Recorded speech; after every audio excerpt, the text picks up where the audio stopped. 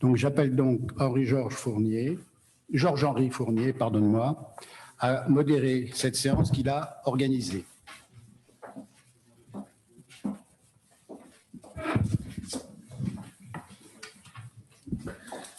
Monsieur le Président, Monsieur le Secrétaire Général, chers collègues, je suis très heureux de vous retrouver. C'est devenu un rendez-vous annuel pratiquement.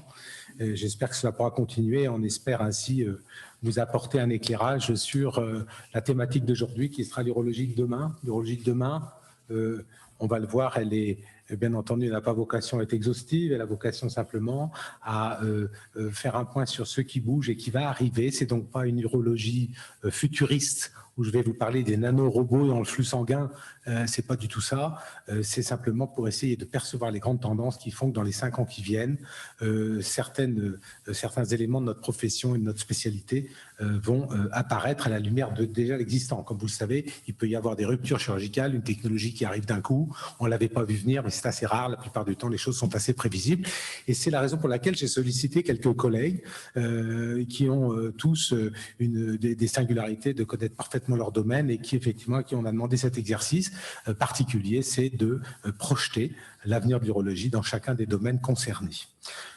Si vous voulez bien, on va commencer, Monsieur le Président, peut-être par le professeur Xavier Gamet, qui est en visio avec nous. J'ai vu son visage sur l'écran. Donc, le professeur Xavier Gamet, il est secrétaire général de l'Association française d'urologie.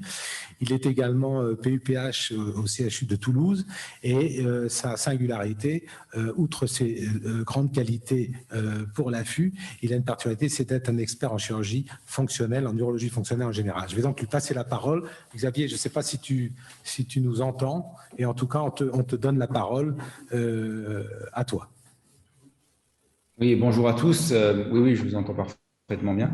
Merci. Donc, Monsieur le Président, Monsieur le Secrétaire perpétuel, cher Georges, Mesdames et Messieurs les académiciens, chers amis, c'est un grand plaisir d'être parmi vous, même si je le suis à distance, et j'avoue que je regrette de ne pas pouvoir venir à Paris aujourd'hui. Et donc de pouvoir vous parler de l'urologie fonctionnelle et surtout l'urologie fonctionnelle de demain. Donc, je vais partager mes diapositives que j'espère que vous voyez. Donc, voilà, donc l'urologie fonctionnelle de demain, quelle va-t-elle être? Donc, tout d'abord, juste rapidement, le panorama de l'urologie fonctionnelle. L'urologie fonctionnelle, c'est quand même un domaine très vaste qui s'intéresse à tout ce qui est troubles mictionnels, la neurourologie, l'hyperactivité vésicale, l'incontinence urinaire et tout cela, que ce soit chez l'homme comme chez la femme, et puis les troubles de la statique pelvienne qui sont un peu plus spécifiques de la jante féminine. Alors, quelles sont les évolutions de demain? Eh bien, ce dont on va parler aujourd'hui, c'est tous ces éléments-là, et on va voir qu'on va partir en fait de l'évaluation avec des nouveaux outils qui vont arriver, des outils connectés, des changements de paradigme dans la prise en charge des traitements et des patients. Et on va voir qu'on va essayer d'évoluer vers une médecine de précision, un peu comme on va le voir également en cancérologie tout à l'heure avec le professeur Cusno, j'en suis convaincu. Et puis des traitements qui commencent à apparaître, en tout cas qui sont en cours de développement. Et puis on verra qu'il y a de plus en plus d'électronique qui arrive, et il y a également un domaine dans lequel l'affût s'est engagé, et l'urologie fonctionnelle également, où elle prend de plus en plus en compte la notion de développement durable et donc les risques potentiels sur l'écologie. Alors, pour commencer par l'évaluation et l'évolution, donc vous savez qu'aujourd'hui, quand on fait de l'urologie fonctionnelle, il faut savoir évaluer le fonctionnement du bas appareil urinaire.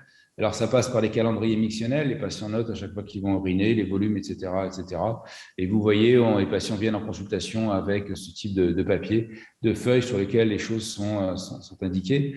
Alors là encore, celui-là n'est pas trop mal fait, mais on a des patients qui parfois nous donnent des éléments en cuillère à café en termes de pôle volume ou autres, ou des calendriers mictionnels qui sont très parcellaires.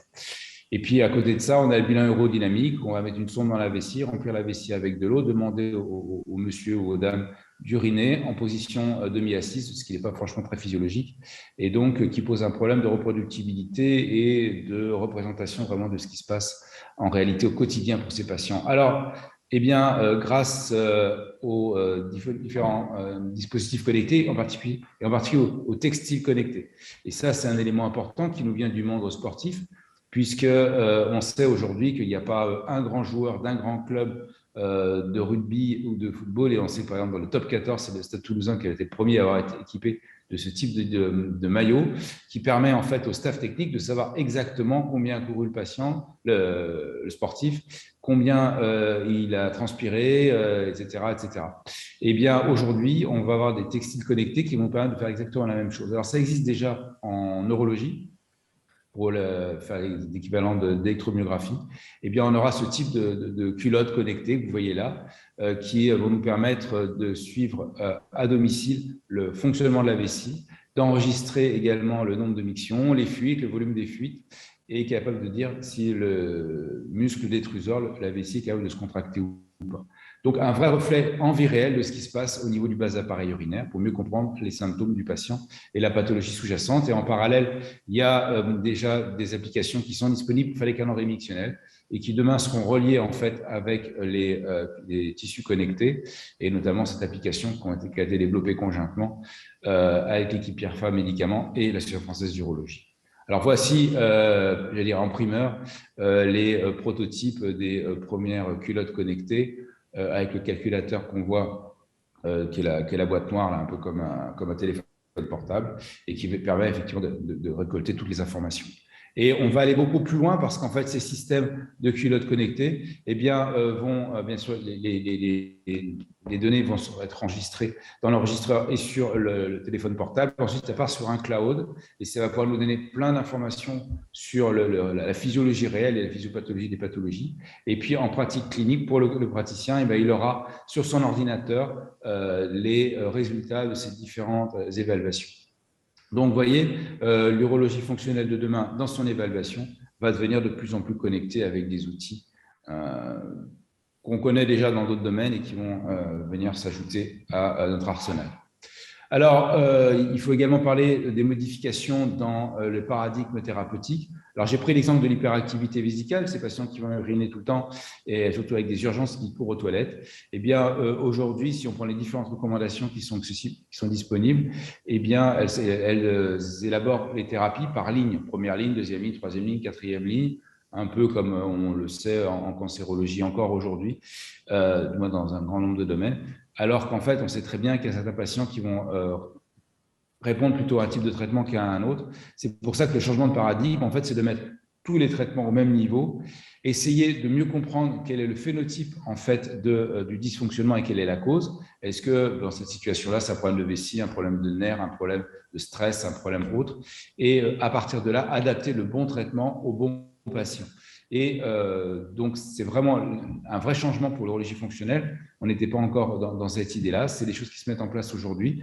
Mais l'autre question qu'il faut se poser, c'est bien beau de dire ça. Très bien, différents phénotypes qui vont se manifester sous une même symptomatologie et traiter en fait la cause ou le bon malade par le bon traitement. Mais comment on va pouvoir justement déterminer quel est en fait le bon traitement pour ce malade-là? Et c'est toute la problématique. Et aujourd'hui, on a certains outils qui sont éventuellement disponibles, du moins qu'on imaginait disponibles, les biomarqueurs, les NGF, BDNF, etc. Et en fait, on s'est aperçu que c'est très décevant, on ne peut pas les utiliser en pratique. Après, on pourrait imaginer faire des biopsies de vessie et puis faire des études de contractilité en bain isolé et à partir de là, voir si le patient va répondre à tel type de traitement. Mais en réalité, ça coûte très cher, c'est pas facile à faire et tout le monde ne maîtrise pas. Et puis, éventuellement, on peut aller jusqu'à l'animal. Tout ça, en fait, je suis sûr que le professeur Cuisenault vous en reparlera également parce qu'en réalité, on voit qu'il y a une évolution en parallèle entre ce qui se passe en cancérologie et ce qui se passe en urologie fonctionnelle. Alors, on a quand même d'autres outils. Il y a notamment un outil que je voulais vous présenter parce qu'on l'a développé ici à Toulouse. On a été les premiers à faire l'organoïde de vessie. Et l'idée de l'organoïde, c'est à partir d'une biopsie. On prend les cellules souches de la biopsie et on reconstitue l'organe. Alors, pas dans sa totalité, il n'y a pas d'innervation, il n'y a pas de muscle, etc. Mais en tout cas, on s'approche de l'organe. En tout cas, on s'approche en tout cas, on reproduit totalement l'urothélium. Et on sait que l'hyperactivité vésicale, dans un grand nombre de cas, est une pathologie de l'urothélium. Donc, ce qui est intéressant, ça serait chez ces patients de comprendre la physiopathologie, le mécanisme qui a entraîné les symptômes chez ce patient-là, donné en utilisant ces organoïdes. On peut avoir la réponse en 2 semaines et puis éventuellement tester les médicaments sur ces organoïdes pour savoir s'ils répondraient à tel ou tel type de thérapie. Donc, vous voyez, on va vers une... également dans le domaine de l'urologie. Alors, pour parler des nouveaux traitements, il y a deux grands groupes de traitements qui sont vraiment en cours de développement aujourd'hui. La thérapie génique, et je tiens à remercier Pierre Denis qui m'a fourni ces diapositives, ces schémas, ces figures, parce qu'ils ont développé, et ça se fait donc avec l'équipe de Garches, développer la thérapie génique dans l'hyperactivité vésicale d'origine neurogène, avec donc le virus herpétique. Alors pourquoi le virus herpétique? D'abord parce qu'on le connaît bien, et puis surtout c'est un virus qui est non intégratif et qui ne se multiplie pas facilement, donc ça nous permet d'avoir moins de risques dans l'avenir quand on va l'injecter chez le patient. Et puis, c'est un virus qui est très fréquent, qui en plus infecte initialement les cellules épithéliales, et puis ensuite, il y a l'atteinte des cellules nerveuses, et il faudra l'activer pour qu'il devienne efficace et qu'il s'exprime. Et c'est typiquement ce qu'on peut faire ici, c'est-à-dire que vous avez sur le schéma ici, le génome d'un virus herpétique a été modifié avec des éléments en faveur de la toxine botulique ou le CGRP. Et à partir de là, eh bien, on va injecter le virus qui a été modifié, qui a été multiplié, comme on voit ici. Et en fait, on l'injecte dans la paroi vésicale. Et de là, il va aller dans les nerfs jusqu'aux racines nerveuses. Il va devenir latent à ce niveau-là. Et puis, lorsqu'on voudra le faire exprimer pour traiter les patients, eh bien, on va le stimuler par une stimulation électrique. Ça va permettre d'obtenir une réponse thérapeutique. Donc, une nouvelle voie de traitement. Là, c'est chez le neurologique que c'est développé, mais on pourra tout à fait imaginer que ça puisse être développé dans d'autres situations pour plus tard. Donc là, on reste vraiment sur le domaine de la pathologie de la vessie à proprement parler. Un autre modèle de traitement qui est la thérapie cellulaire, qui, elle, vient à ce moment-là va traiter l'incontinence urinaire. Donc, on va s'intéresser au sphincter et à l'urètre, où là, eh bien, on va prélever des cellules souches, qui peuvent être des cellules musculaires ou non musculaires. Les deux ont été testés. On va les mettre en culture, les multiplier et ensuite les injecter dans la zone qu'on veut traiter. Là, en l'occurrence, au contact du sphincter de l'urètre. Et il y a plusieurs schémas thérapeutiques d'injection, et notamment celui qui est très développé ou qui a été développé à une époque, c'était de faire de l'échographie endo-urétrale. On repère le sphincter et en parallèle, on va piquer dans le sphincter pour augmenter le nombre de cellules. C'est efficace avec des chiffres, vous voyez, qui vont en fonction des études de 12,5 à 65% pour les musculaires et de 0 à 36% pour les non musculaires. Il est clair que les cellules souches musculaires sont probablement les plus intéressantes. Les cellules non musculaires, en particulier les cellules graisseuses qui apportaient pas dont beaucoup disparaissaient en fait et rapidement. L'avantage, c'est que, en tout cas à court terme, c'est bien toléré, et probablement que ce sera également, on l'imagine, à long terme, du moins pour les premiers résultats qu'on peut avoir aujourd'hui. Alors, j'ai l'impression de vous faire rêver là en vous parlant de cette thérapie cellulaire, mais en réalité, les résultats restent incertains avec des études qui sont pas toujours tout à fait concordantes.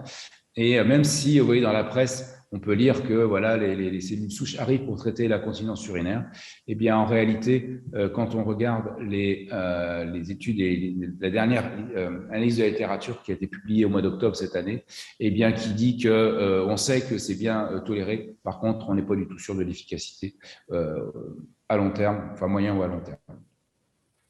Voilà, et ensuite, pour parler d'électronique, là encore, la miniaturisation de l'électronique arrive avec notamment une action sur les dispositifs médico-implantables. Alors, vous avez ici le sphincter urinaire artificiel, qui est un dispositif qui est très ancien, qui date de 1972, qui a été légèrement modifié au fil du temps, mais qui en réalité et reste dans le même fonctionnement jusqu'à aujourd'hui, avec un système hydraulique, un réservoir, une pompe et une manchette autour de l'urètre. Le problème de ce système-là, c'est qu'il a une difficulté d'adaptation aux efforts violents. C'est-à-dire que si vous avez un effort très aigu, eh bien, il faut quand même un certain temps pour que la transmission se fasse jusqu'à la manchette et qu'il y ait du liquide qui arrive au niveau de la manchette. L'autre élément, c'est que sinon, il y a une compression permanente de la manchette avec un risque d'ischémie dans les périodes où il n'y a pas d'effort. L'idée est de développer des sphincters artificiels électroniques qui vont pouvoir avoir une adaptation très rapide de la pression et des résistances urétrales en regard du sphincter lorsqu'il y a des augmentations très importantes de pression. intra-abdominal, et à l'inverse, lorsqu'il n'y a pas d'hyperpression, à ce moment-là, un relâchement de ce sphincter. Alors malheureusement, je ne peux pas vous en montrer parce qu'il y a beaucoup de conflits, parce qu'il y a beaucoup de sociétés qui travaillent sur ces sphincters-là, mais il est clair que très rapidement, dans les mois qui viennent, dès 2022, on aura ce type de sphincters qui seront à disposition, en tout cas dans le cadre d'études de recherche clinique. Il y a plein d'autres électroniques. Il y a des nouveaux neuromodulateurs, donc au niveau de la cheville, implantables ou non, avec des bracelets électroniques ou des petits dispositifs qu'on peut placer à la consultation, même d'ailleurs au contact du nerf, en particulier du nerf tibial, qui sont disponibles. Donc on voit qu'il y a une vraie évolution. Et enfin, pour finir sur tout ce que je voulais vous présenter aujourd'hui, eh bien, c'est qu'on a une vraie réflexion également sur le respect de l'environnement, et on voit que l'Asso française d'urologie, par la manière de son comité des troubles mictionnels de l'homme, a mis en place des méthodes d'évaluation de l'impact carbone des différents traitements, et donc ça nous permet de regarder et éventuellement dans les recommandations, et je pense qu'à l'avenir, il faudra les intégrer, de voir quel est le traitement de l'obstruction prostatique ici, qui est le moins impactant sur le plan de l'environnement. Et à ce moment-là, bien sûr, il faudra mettre, comme on fait les balances bénéfices-risques, et notamment les balances financières versus médico-économiques, eh bien, il faudra probablement faire demain des balances médico, éco et environnementales. Voilà. Simplement, ça, c'était l'éditorial qui était associé avec la publication de l'article que je vous ai montré juste avant, qui va exactement dans ce sens-là et qui montre que le changement de climat va faire changer aussi les habitudes des chirurgiens.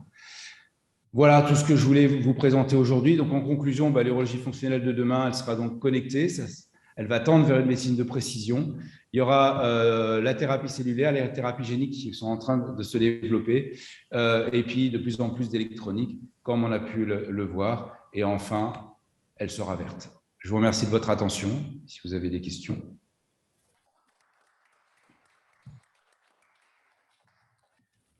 Merci beaucoup, Xavier. Je vais passer la parole à nos chers collègues qui t'ont écouté attentivement. Merci pour ce panorama, effectivement, qui n'est pas trop futuriste et qui est, comme on le disait au début, assez dans le concret. Et donc, je passe la parole à la salle.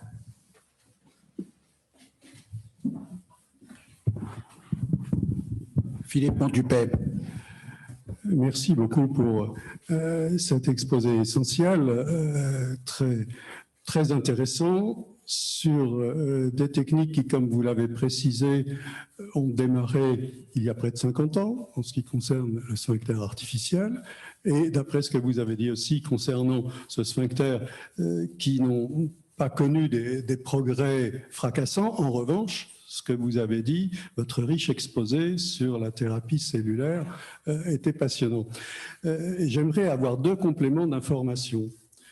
Vous avez dit, à propos de la recherche sur les cellules souches, vous avez dit « l'hyperactivité vésicale est une pathologie de l'urothélium ». Ça m'a interrogé parce que est-ce que ça répond ex cathedra aux pathologies d'hyperactivité vésicale que une pathologie de l'urothélium? J'aimerais avoir un petit complément d'information là-dessus. Et puis, concernant la neuromodulation, je précise que, étant chirurgien urologue pédiatrique, dans les années 80, beaucoup de travaux étaient soumis en congrès aux publications concernant la neuromodulation.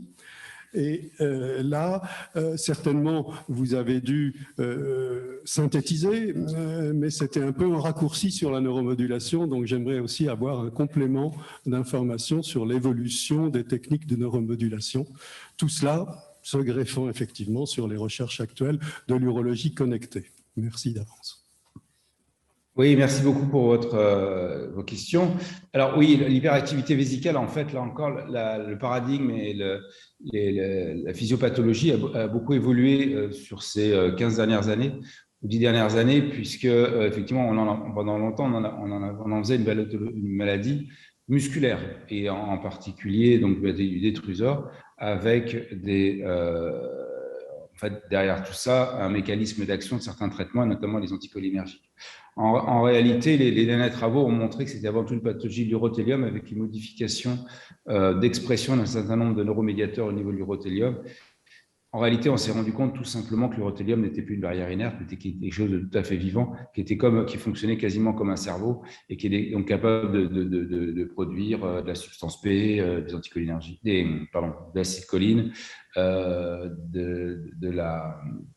du multiples de récepteurs, des RPV, etc., ou de l'ATP. Donc, en tout cas, voilà. Et donc, c'est pour ça que les choses ont évolué par rapport à la connaissance de cette hyperactivité vésicale et aujourd'hui qui est devenue une maladie plus d'urothélium qu'autre chose, sachant qu'aujourd'hui, dans la définition de l'hyperactivité vésicale, on élimine toutes les autres causes, en particulier les causes neurologiques. Donc voilà, ça c'est pour l'hyperactivité vésicale. Alors, concernant la neuromodulation, effectivement, je suis allé un peu vite pour une question de temps, pour tenir le temps, mais en réalité, il y a deux choses, la neuromodulation et la neuromodulation sacrée, qui effectivement s'est développée dans les fin des années 80 avec Tanago et Schmidt, et qui a été en fait qui a peu évolué depuis, même si depuis quelques jours ou dans quelques semaines, quelques jours, on va avoir maintenant des neuromodulateurs qui seront rechargeables et qui seront de plus petite taille et donc plus faciles à proposer à utiliser et qui seront surtout IRM compatibles, qui était notre limite également. Donc ça, c'est pour la neuromodulation sacrée. En parallèle, effectivement, la neuromodulation périphérique, je dirais, en particulier tibiale, mais pas seulement, s'est développée. Et c'est pour ça que les dispositifs que je vous ai montrés, c'est dans la neuromodulation tibiale et qui se développe dans l'hyperactivité vésicale. Aujourd'hui, il y a des voies de développement dans la rétention d'urine, dans la dysurie, et ce n'est pas encore très clair, mais en tout cas, dans l'hyperactivité vésicale, où elle a tout à fait montré sa place, en particulier chez le neurologique, mais pas seulement. Et vous qui avez été chirurgien pédiatre, ça marche très bien chez l'enfant. Et surtout, on a montré que grâce à la neuroplasticité de l'enfant, eh bien, on pouvait le faire uniquement pendant quelques mois, en moyenne 6 mois. Et au-delà, les choses rentraient dans l'ordre et il n'y avait pas besoin de le faire plus longtemps, à l'inverse de l'adulte. Question. Oui, Alberto Benamou. Oui, une question concernant les capteurs. J'étais intéressé par la culotte connectée. Et dans quelle mesure actuellement on peut penser mettre des capteurs intravésicaux au contact de l'épithélium ou implantés dans la paroi vésicale pour avoir le recueil d'informations directes et non plus portées par un vêtement extérieur? Le problème des capteurs intravésicaux, c'est que c'est quand même très invasif et avec des risques infectieux et autres potentiels. Donc, c'est vrai qu'aujourd'hui, l'idée, c'est d'essayer de trouver des systèmes qui soient le moins invasifs, moins agressifs possible. Donc, avec les instruments et les outils connectés, ça nous permettra d'éviter cela. Donc, c'est pour ça qu'on développe ça dans ce sens-là. Après, je pense à visée de scientifique, de recherche, mettre des capteurs dans la paroi de la vessie, etc., pourquoi pas, mais on ne peut pas faire plus. Ça me paraît difficile, en tout cas en routine. Et là encore, on sera potentiellement extra-physiologique en modifiant également la réponse de la paroi. Et donc, de là, on n'aura pas un vrai reflet de la vie réelle. Autre question? Eh bien, Xavier Gamay, merci beaucoup de cette très intéressante présentation. Je mets à profit votre présence pour vous demander de saluer de notre part vos collègues Michel Soulier et Pascal Richman. Et je rappelle que Pascal Richman a organisé il y a un mois une très belle session à Toulouse, qui était une session pas seulement urologique, qui concernait toutes les spécialités.